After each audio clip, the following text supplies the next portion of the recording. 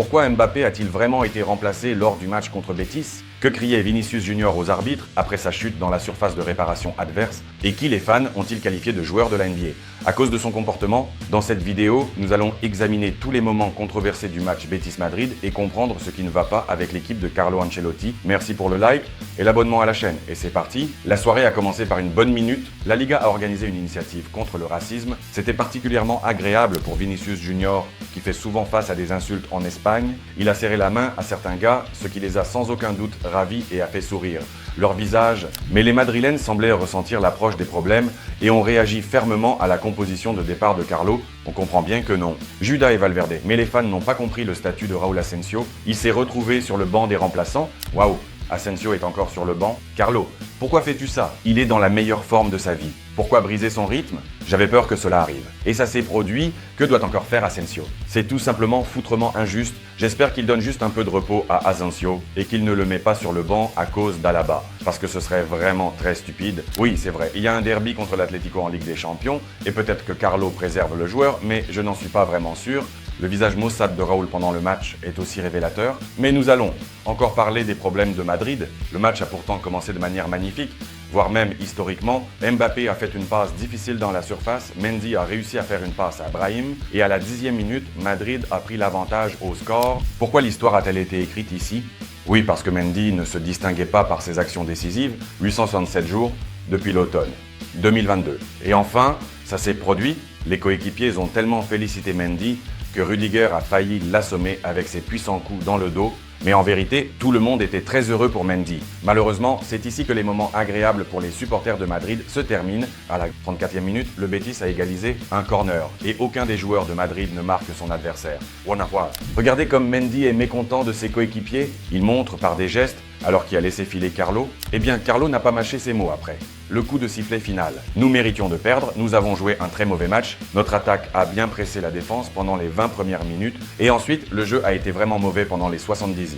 Minute suivante, Madrid a vraiment eu du mal. Même Modric a dû travailler en défense. D'ailleurs, Lucas a vraiment bien joué à ce moment-là et a mérité les applaudissements des défenseurs centraux. Madrid aurait pu encaisser un deuxième but sur un coup de pied arrêté avant la pause. Mais ici, Thibaut a joué de manière géniale. Maintenant, Rudiger était furieux de voir à quel point nous jouons mal sur les corners. Et il a exigé que tout le monde se regroupe rapidement et ajoute de la concentration. C'est bien sûr ironique, mais c'est justement Rudiger qui est devenu l'anti-héros du match au début de la seconde mi-temps. Il a enfreint les règles dans sa propre surface de réparation et a provoqué un penalty, et il a aussi reçu un carton jaune, bien que certains arbitres extérieurs estiment que Rudiger aurait tout à fait pu recevoir un carton rouge dans cet épisode. Comme c'était un contact par derrière, cela aurait dû être un carton rouge. Courtois aurait pu se dépêcher pour arrêter Jesus Rodriguez, mais pour moi non. Cela aurait dû être un carton rouge. On dit les arbitres, mais les fans n'ont pas blâmé Rudiger pour ce penalty, mais Tchouaméni, qui regardait ces images, ne semblait pas vouloir revenir en arrière et aider son coéquipier dans cette situation difficile. Tchouaméni est de retour en NBA aujourd'hui, il se balade simplement à chaque attaque. Que se passe-t-il avec la défense sur ce penalty? Que fait Alaba en essayant de récupérer le ballon de l'autre côté? Et pourquoi Tchouaméni ne suit-il pas le joueur jusqu'à ce qu'il se retrouve seul? C'est dégoûtant. Et ici, nous nous souvenons encore de Raúl Asensio, car Madrid a déjà perdu 3 matchs sans le jeune défenseur talentueux en février. Atlético contre Espanyol et maintenant Betis. Eh bien, Isco a transformé le penalty et a célébré ce but de telle manière que les supporters madrilènes avaient envie de s'enfoncer sous terre ou au contraire de déchirer l'ancien joueur de Madrid. À l'honneur d'Isco, il s'est excusé. Après le match, je me suis excusé auprès des fans. Je garderai toujours le Real Madrid dans mon cœur et je suis reconnaissant au club de m'avoir aidé à réaliser tous les rêves dont j'avais rêvé. Eh bien maintenant, posons-nous la question, que faisait notre attaque? Vini Junior a marqué un corner en deuxième mi-temps alors que Madrid était mené 1-2. Mais tout cela semblait vain. Et ses statistiques dans ce match sont très modestes. Il s'est plutôt fait remarquer par un autre moment. Ici, l'ancien défenseur Bartra effectue un tacle propre. Il arrête le Brésilien, après quoi une bagarre éclate, un joueur de Betis. Vinicius Junior a encore dit quelque chose et bien sûr, il n'a pas pu se retenir. Il a reçu un carton jaune pour comportement antisportif. Rudiger l'a calmé, mais les caméras ont capturé ce que criait Vini Junior. C'est de la folie. Folie.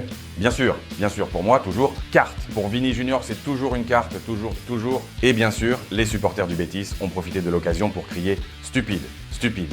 En bref, c'était un spectacle dégoûtant. Je regarde les notes dans l'application des fans de Madrid, vous pouvez le faire aussi. Téléchargez-la, vous trouverez le lien dans la description de cette vidéo. Et je trouve que Brahim Mendy et Modric deviennent les meilleurs joueurs de l'équipe de Madrid dans ce match. Et voici Vinicius, Junior et Mbappé. Ils n'ont pas bien joué ce match.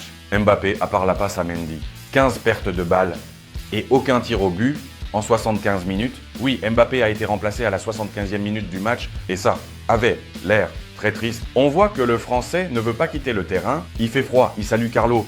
Madrid avait apparemment besoin de buts pour sauver le match. Et ici, un tel remplacement du meilleur buteur de l'équipe. Et, pour être honnête, beaucoup ne l'ont pas compris, Mbappé avait un problème avec une dent. Il ne s'est pas beaucoup entraîné et n'était pas dans sa meilleure forme. J'ai décidé de le remplacer et de faire entrer Endrick, qui est en bonne forme. D'accord, c'est la décision de Carlo. Peut-être que vraiment Mbappé ne se sentait pas très bien, même si, en le voyant quitter le terrain, on ne dirait pas. De plus, sur le terrain, en termes de conditions physiques, il avait aussi l'air plutôt pas mal, donc en principe, Mbappé aurait pu rester jusqu'à la fin. Mais nous comprenons qu'il y a un match contre l'Atlético en Ligue des Champions qui nous attend. Peut-être que c'est aussi pour cette raison que Carlo l'a remplacé. C'est un moment très difficile, très controversé, sujet à discussion. Alors écrivez votre avis dans les commentaires. À quel point Carlo a-t-il bien fait de remplacer Mbappé et de libérer Endrick? Ce sera intéressant de lire votre point de vue. Eh bien, nos affaires en Liga ne sont pas très bonnes. 2 défaites et 2 nuls en février. Et c'est déjà la 3e place du classement. Nous attendons de voir comment Barcelone va jouer son match dimanche. Ensuite, nous avons la Ligue des Champions. Le premier match des 8e de finale contre l'Atlético, ce sera un derby de Madrid. Le premier match aura lieu au Bernabéu. 2 matchs difficiles nous attendent contre l'Atlético. Je suis incertain. Après des matchs comme celui contre Betis, des pensées tristes viennent à l'esprit. Je pense que le premier match pourrait se terminer par un match nul. Nous avons une relation compliquée avec l'Atlético, mais je pense qu'il y aura des buts des deux côtés. Tout d'abord, notre ligne d'attaque doit se ressaisir et se montrer. Deuxièmement, nous avons quand même des problèmes en défense. Et l'Atlético, ces problèmes peuvent être exploités. Donc, un échange de buts dans ce premier match au Bernabéu me semble être un bon pari pour ce match. Le code promo que vous voyez à l'écran vous aidera à vous inscrire en 1 minute via le lien épinglé dans les commentaires et à obtenir de l'argent réel sur votre compte de jeu. Vous pouvez aussi regarder comme moi le match Madrid contre Atlético. Avec enthousiasme, je pense que ce sera captivant. Alors, ne vous découragez pas aujourd'hui, les amis. Oui, c'est une défaite. Très désagréable. Mais nous pouvons encore tout réparer. Et je pense que Madrid est capable de tout réparer. Si vous vous abonnez à la chaîne, je vous en serai reconnaissant. Un grand merci pour le like aussi. Merci de votre attention et au revoir.